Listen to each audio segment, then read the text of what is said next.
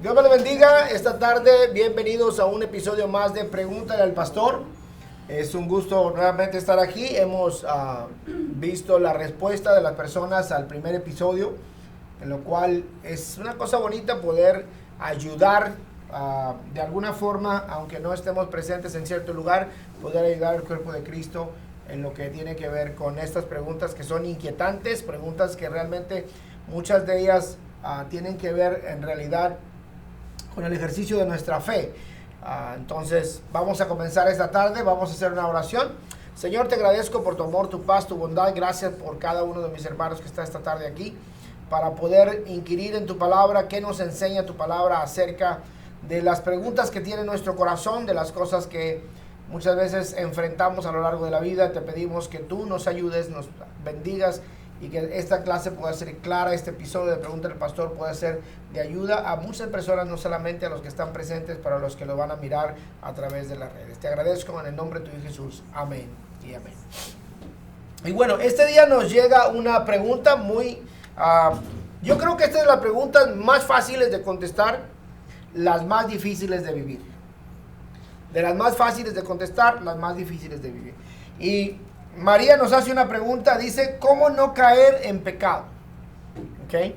Esta es una pregunta muy interesante porque quiero empezar diciendo que todos somos pecadores, ¿verdad? Hay que reconocer que somos pecadores por naturaleza.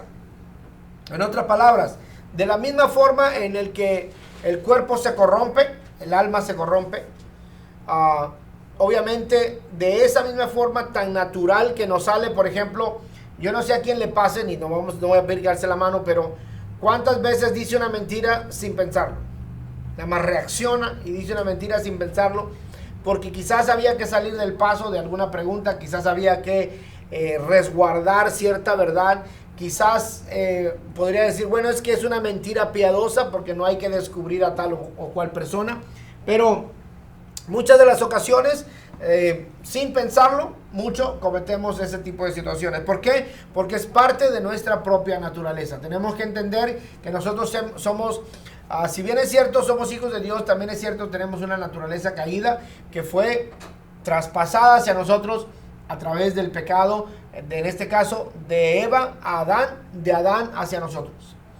Eva que comete el primer pecado, pero Adán que realmente convive con el primer pecado de Eva y además disfruta del primer pecado de Eva. Por lo tanto, ambos son realmente culpables de ese primer pecado, aunque muchas veces, si lo vemos en el orden de secuencias, pues se puede culpar muy fácilmente a la mujer. Y una cosa que sí tenemos que preguntarnos es dónde estaba Adán a la hora que Eva estaba curioseando con el árbol. Pero la cuestión es que nosotros tenemos que entender que somos pecadores, por lo tanto, como pecadores, vamos a pecar. ¿Sí? Esta pregunta interesante, ¿cómo no caer en el pecado? Que si no pecamos de un modo, pecamos de otro. Aquí el punto no es cómo dejar de pecar, porque eso lo lograremos hasta que lleguemos a la perfección después de la muerte. Aquí el punto, creo que el punto más importante es cómo luchar en contra de los pecados que nos acechan. Creo que nosotros una cosa que tenemos que observar primero, y es justamente el primer punto que tendríamos que observar para poder librarnos del pecado. Hacer una lista de cuáles son nuestras debilidades. ¿Cuál es la debilidad que yo tengo más? ¿Cuál es la debilidad que me hace caer más en el pecado? Entendiendo que soy un pecador, entendiendo que la razón del pecado es a través de una debilidad espiritual, y entendiendo entonces, cuando yo entiendo cuál es mi pecado predominante o el pecado en el que más caigo, entonces tengo la facultad de identificar el pecado y entonces voy a buscar la solución para poder luchar con ese pecado. Entonces, siempre seremos pecadores. Sí, siempre seremos pecadores. Pero ¿cómo vamos a luchar con ese pecado? Dígalo conmigo, entendiendo cuál es mi debilidad. ¿Okay? Si entiendo cuál es mi debilidad, entonces tengo realmente recursos para poder luchar en contra del pecado. Ahora, muchas personas, el problema más grande que yo encuentro en muchas personas es que no saben cuál es su debilidad número uno, o muchos que saben cuál es su debilidad ignoran su debilidad deliberadamente. Quiere decir, este es el pecado que me gusta, pero esta es mi debilidad, pero no puedo quitar mi debilidad, y entonces lo que hacen es simple y sencillamente ignoran su debilidad a propósito. Ahora, la razón por la que ignoran su debilidad es porque deciden no atacar el pecado que están cometiendo. ¿Sí me explico? Por ejemplo, yo no sé si alguien tiene aquí una debilidad, pero yo tengo una debilidad. Yo no puedo comer carnes rojas. No puedo comer nueces, ninguna de esas cosas puedo comer. Ni puedo comer cacao, ni puedo comer chocolate. ¿Sí? Tengo una debilidad. Ya la identifiqué. Ya sé que los productos Marinela me causan un problema. Ya sé que el Choco Crispies, el cereal, que es tan rico, me causa un problema. Y el bubulubo me causa un problema. Pero si me como media tacita de cereal de Choco Crispies, media tacita, el cuerpo la tolera. Si me como un platito, entonces ya no lo tolera. El cuerpo me empieza a doler, siempre me empieza a doler porque tengo una debilidad. Ahora, hay momentos en que, por ejemplo, anoche me venció la tentación y me comí un platito de cereal. Esta mañana o este día estoy pagando las consecuencias. Ya lo sabía. Ahora, si usted conoce su debilidad, ahora tiene que entender que tiene que enfrentar su debilidad. ¿Cómo la enfrenta? ¿Cómo vamos a poder nosotros no pecar? Hay que identificar primero nuestra debilidad para no pecar. Si logramos identificar nuestra debilidad, entonces ya nos estamos predisponiendo a no pecar. ¿Por qué? Porque estamos checando, estamos revisando nuestra debilidad, y como la estamos identificando, entonces nosotros estamos más alertas. ¿Ok? ¿Cierto o no es cierto? Cuando usted está más alerta de cuál es su pecado, cuál es la debilidad, cuál es su tentación, me escribe esta persona y me dice: tengo problemas con la pornografía. Entonces le pregunté: ¿dónde es el lugar donde tú miras pornografía? Dice: bueno, es que como en mi casa está mi esposa, están mis hijos, entonces recurro a mi teléfono. Le digo: bueno, entonces lo que tienes que hacer es entregar tu teléfono en las manos de tu esposa. Y dice: pero ¿cómo le voy a decir? Bueno, ¿por qué no le voy a decir? Ya tiene un problema, para resolverlo tiene que tomar entonces una decisión de encarar cuál es el problema, y entonces así va a estar mucho más apropiadamente luchando contra su debilidad o contra su pecado. Entonces, una cosa interesante, la primera, entender que somos pecadores. Número 2, entender cuál es nuestra debilidad. Entender que somos pecadores, entender cuál es mi debilidad. Porque tu debilidad es la que Satanás va a utilizar justamente para hacerte pecar. ¿Ok? No va a utilizar la debilidad de alguien más porque no funciona. No funciona esa debilidad. Por ejemplo, si alguien viene conmigo y me dice: fúmate un cigarro, eso para mí no es una debilidad. Si alguien viene y me dice: tómate un tequila, eso para mí no es una debilidad. Pero quizás algún tapatío diga: oye, no me presentes el tequila porque puedo pecar, ¿verdad? Entonces, tenemos que entenderla, tenemos que entender que nuestra debilidad, pues vamos a atacar nuestro pecado, vamos a intentar dejar de pecar identificando nuestro pecado. Bien, solo hay dos maneras de sujetar la carne. ¿Ok? Esto es bien importante. No hay más, no hay 3, ni 4, ni 5. Hay dos maneras de sujetar la carne. Una es a través de la sumisión al Espíritu de Dios. La primera, la más sencilla y la menos costosa. ¿Ok? Sujetar tu carne al Espíritu de Dios es la forma más sencilla y menos costosa de sujetar tu carne. Si logras sujetarte al Espíritu de Dios, entonces, por lo tanto, tu debilidad, aquella debilidad que te hacía pecar, va a ser sometida por el Espíritu de Dios, y entonces, por lo tanto, vas a dejar de pecar. Pero hay otra manera de sujetar la carne, y esta, desgraciadamente, siendo la más dolorosa, es la que muchas personas utilizan. La segunda forma de sujetar la carne es a través del dolor o del sacrificio. ¿A través de qué? Del dolor o del sacrificio. Las personas vienen a Cristo a través de qué? Del dolor. Llegan a Cristo ¿cómo? A través del dolor. Ahora, ¿por qué antes? La pregunta está aquí. Si nosotros solamente tenemos dos maneras de sujetar la carne. La primera es al Espíritu Santo. Que Él domine nuestra vida, que domine nuestras actitudes, que domine nuestro carácter, que domine nuestros impulsos locos que tenemos. ¿Ok? Pero ¿cómo vamos a lograr llegar a la dimensión en la cual el Espíritu Santo va a dominar nuestra carne y entonces no vamos a pecar? Ahorita vamos a ir hacia allá. Pero tome en cuenta esta cosa, es muy sencillo. Por eso dije, tal vez esta pregunta es de las más fáciles de contestar, pero las más difíciles de actuar. ¿Por qué? Porque usted no llega a su casa y pone en un espejo y dice, mi debilidad es la pornografía. O no va a llegar a su casa y decir, mi debilidad es el adulterio. No va a llegar a su casa y decir, mi debilidad es el chisme. ¿Sí? Nadie llega y hace eso. ¿Por qué? Porque nadie encara su realidad. ¿Ok?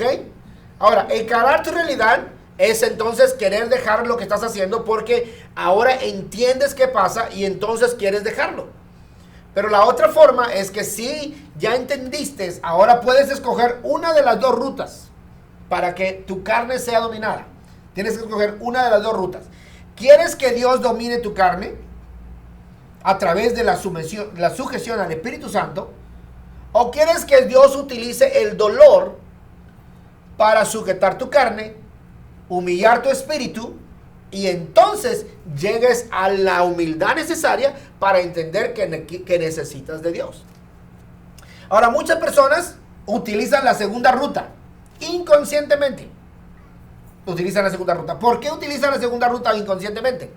Porque las personas no quieren hacer caso cuando se les invita a la iglesia, se les habla de Jesucristo. Dicen, no, yo no tengo tiempo para eso.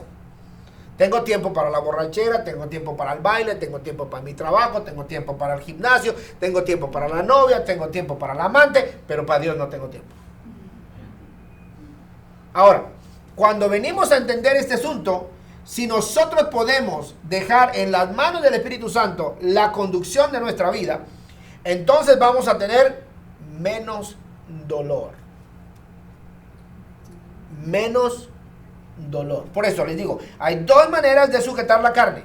Y en este caso, usted escoge y yo escojo. ¿Ok? Dios puede hablarle a una persona y decirle, por ejemplo, como el testimonio de este joven, llegó a un cierto lugar y entonces la persona que estaba ahí, a los dos los estaban ordenando como pastores. Uno tenía 21 años, la otra tenía 47, casi 50. Y la que estaba al lado le dice, qué lástima, yo estoy apenas entrando al ministerio. Y le contesta a él, yo lo escuché y lo obedecí a la primera. Ahí está la diferencia. Entonces, Salmos capítulo 1, verso 1. Vamos a ver qué nos dice la Biblia para nosotros poder tomar una ruta. Para nosotros poder tomar una ruta de cómo vamos a dejar de pecar. Cómo no voy a pecar en el pecado. Vamos a tomar una ruta. Recuerde que usted va a escoger la ruta. Usted escoge la ruta de que el Espíritu Santo lo domina a usted, o usted va a escoger la ruta del dolor. Hay personas que dicen, yo solamente aprendo a golpes. Entonces, eso es una cosa que es bastante difícil. Si alguien tiene su teléfono prendido, por favor, lo apaga, para que no nos vayan a interrumpir. Bien, ¿qué dice Salmos capítulo 1, verso 1? ¿Lo tienen? Hasta ahí. Ahí hizo una separación. Y dijo, bienaventurado que no anduvo en consejo de malo. ¿Qué sigue diciendo? Ni estuvo en camino de pecadores. Y ahí hizo otra separación. ¿Qué sigue diciendo? Ni en silla de escarnecedores. Y ahí hizo otra categoría. El número 2. Hizo otra categoría. La siguiente. Y en su ley medita de día y de noche. Hizo otra categoría. ¿Cuántas categorías encontramos nada más en estos dos versos de personas? 5 categorías de personas. ¿Ok? La Biblia está haciendo separación. Ahora, entendamos que Dios es un Dios que sí separa el trigo de la cizaña. Nosotros no somos llamados a separar el trigo de la cizaña. Dios es el que separa el trigo de la cizaña. Y en este caso, en este verso, hace 5 diferentes categorías de personas. Lo cual, estas 5 categorías de personas nos encaminan a nosotros a poder saber cómo vamos a poder dejar de pecar.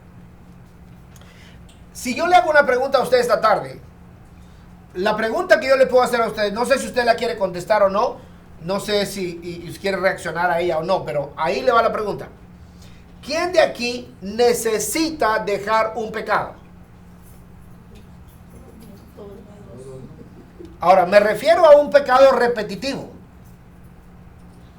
que lo comete conscientemente y lo repite conscientemente.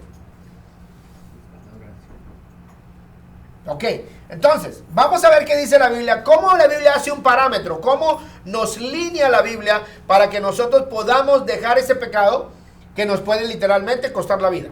Vamos a ver. El capítulo 1 de Salmos, muy interesantemente, hace una aclaración muy interesante, que aquí a todos los padres les da una recomendación bastante grande. Y dice, bienaventurado el que no anduvo en consejos de malos. Pregunta para usted. Entonces, no vamos a involucrar a los hijos todavía. Pregunta para usted. ¿A quién usted escucha?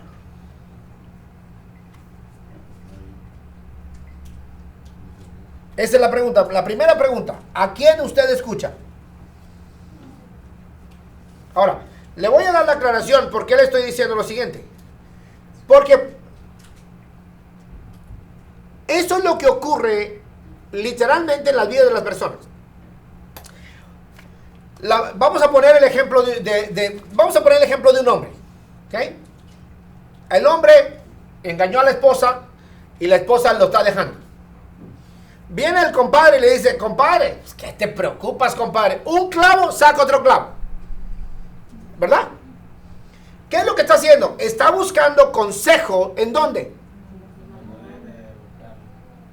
Dice, bienaventurado el que no anduvo en consejos de malos. ¿Por qué tantas personas cometen pecados? Porque escuchan a la persona equivocada. Porque buscan consejos de las personas ignorantes. Y porque solicitan ayuda de quien no se puede ayudar ni él mismo. A mí me llama mucho la atención cuando las personas cristianas piden consejo a los mundanos. Eso me llama mucho la atención a mí. Porque, ¿cómo es posible? Hoy una señora se tomó el atrevimiento, el coraje o la valentía de llamarme. Dice, necesito hablar con un pastor. Mi esposa estaba conmigo. Dijo, fui molestada de niña. Estuve expuesta a material pornográfico en la niñez. Hoy he tenido problemas con mi identidad sexual. He intentado suicidarme. Necesito ayuda. La primera pregunta que yo le hice es, ¿usted tiene ayuda espiritual? Me dice, no. Lo que me hice la pregunta es, ¿cómo entonces se atrevió a llamarme a mí a través de la página de internet? Llamarme a mí, hacerme una consulta y decirme las cosas que no le ha podido decir a nadie, porque me dijo, eso no se lo he dicho a nadie, apenas se lo estoy diciendo a usted por primera vez a alguien y necesito ayuda. Y he cometido estos pecados y me siento sucia. Le dije, ¿tiene ayuda espiritual? ¿Qué hubiera pasado si ella le llama a alguien y le dice, tengo problemas con la pornografía? Yo también, ¿verdad que lo disfrutas? Por eso dice la Biblia, número 1, tenemos que entender esta parte que es medular, es una parte sumamente importante, es como la columna vertebral del cristiano. No pida consejos de malos, por favor. No se deje aconsejar porque no tiene la luz de Jesucristo. Porque mientras usted escucha a las personas que no tienen a Cristo en el corazón, ellos le van a conducir por el camino del mal. Y eso lo va a llevar a usted a sentir que los pecados que se cometen no son nada. Por eso, cuando a mí me preguntan, pastor, ¿es recomendable el vino? Yo le digo, para mí es no recomendable. Pero pastor, en la Biblia habla del vino. La Biblia habla del vino, sí. Pero yo soy un mexicano que probé el tequila, que probé los vinos, que tuve whiskies en mi casa. Toda mi pared estaba llena de más de 200 botellas de vino. Y sé que nunca me hizo un buen efecto. Ahora, yo ya vine a Cristo.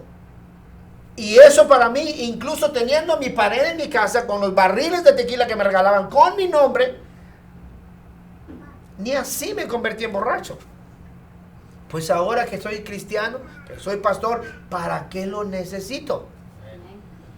Entonces, si alguien viene conmigo y me dice, pero es que pastor, es que nosotros los españoles tomamos vino en nuestra comida.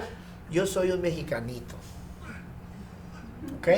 Y este mexicano decidió no tomar vino más en su vida.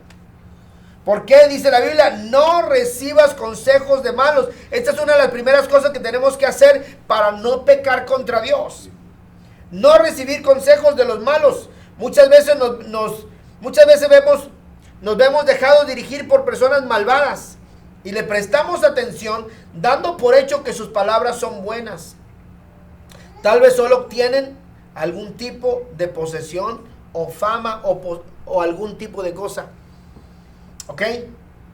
Por ejemplo, muchos cristianos van y preguntan la clásica pregunta. ¿Tengo que diezmar? La clásica pregunta. No. Si vas con el que no diezma, ¿qué te va a decir? Pues ¿para qué? Ve y pregunta a quien tiene una respuesta correcta. En este caso, la Biblia. Simple. Número 1. No recibir consejos de malos. ¿Ok? En cuanto al pecado que tienes y que estás practicando y que tienes las ganas de dejarlo y que lo quieres dejar realmente porque tu vida está en peligro, pide consejo a quien tiene la luz de Jesucristo. Salmos capítulo 1, verso 1 nos hace una aclaración espectacular. Bien. ¿Qué fue lo que nos llevó a nosotros? Por ejemplo, yo no sé si esto lo podemos decir abiertamente o no, pero vamos a intentarlo. Vamos a ver qué es lo que aparece. ¿Qué lo llevó a usted, si ese es su caso, tomar la primer cerveza? ¿Quién se la ofreció?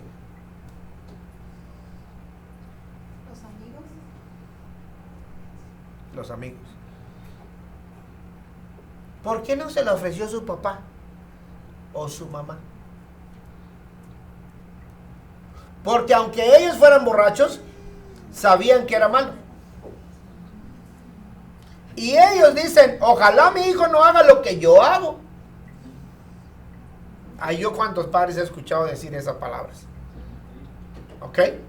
Ahora, aquí es donde viene el asunto. Si no hacemos caso a los consejos de los malos, tampoco que hay que andar en los caminos de pecadores.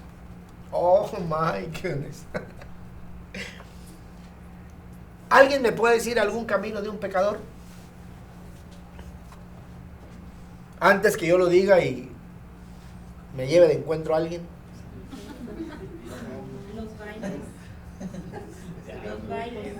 Los bailes. ¿Quién va a los bailes? ¿Qué es eso? Sí.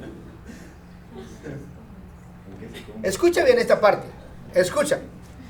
Si andas en consejos de malos, ¿hacia dónde te diriges? Por sus caminos. ¿Ok? Y la Biblia te hace una aclaración. No andes en caminos de pecadores. No me digas que en el baile vas a encontrar santos. Nomás de nombres. De nombres. ¿Ok? Entonces, hay que preguntarles cuáles son las primeras compañías que hemos tenido en la vida y cuánto influyeron en nosotros. Nosotros llegamos a Cristo ya con un pensamiento predeterminado de lo que era bueno y lo que era malo. De acuerdo a lo que todo el mundo nos dijo y de acuerdo a los caminos que llevábamos. ¿Por qué? Porque caminábamos por los consejos de los malos y caminábamos por los caminos de los pecadores. Usualmente los caminos de pecadores son los más atractivos para nosotros. ¿Ok? Y durante la juventud muchos se encaminan por el camino de pecadores que los invitan a disfrutar de esas supuestas buena vida, que en realidad es un engaño. Por ejemplo, si hablamos del baile, utilizando el baile como un simple ejemplo, ¿ok? ¿Alguien me puede decir aquí una cosa buena que sacó del baile? Yo quiero oírlo. Ok, bueno, tengo que hacer la pregunta correcta entonces. Entonces tengo que hacer la pregunta correcta. ¿Cuántos de aquí eran bailadores? A ver, hacen su mano. Entonces, de todos ustedes, ¿quién me puede decir qué de bueno le dejó el baile? El ejercicio. El ejercicio. Bajar de peso. ¿Y cuántas libras bajaba en un bailongo? En un bailongo, unas 5 libras. ¿En un bailongo? No creo. Toda una noche así. No, porque si de ahí iba acompañada a las... No, porque yo no, Yo no bueno, perdía yo nada. no tomaba. Nada. Yo no tomaba. Ah, bueno, ok. Yo no tomaba, pero no le digo 5. Entonces, ok, Bailando. ok. Vamos a suponer que le dejó algo bueno el ejercicio. Entonces, ¿cada cuándo lo tenía que hacer?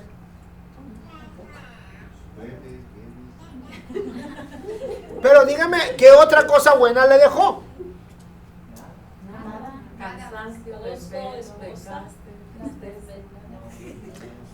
Entonces, si nosotros revisamos el camino, ese caminito, y no encontramos en esta audiencia, además del ejercicio, algo bueno, le voy a preguntar a usted, por si hay alguien aquí que todavía le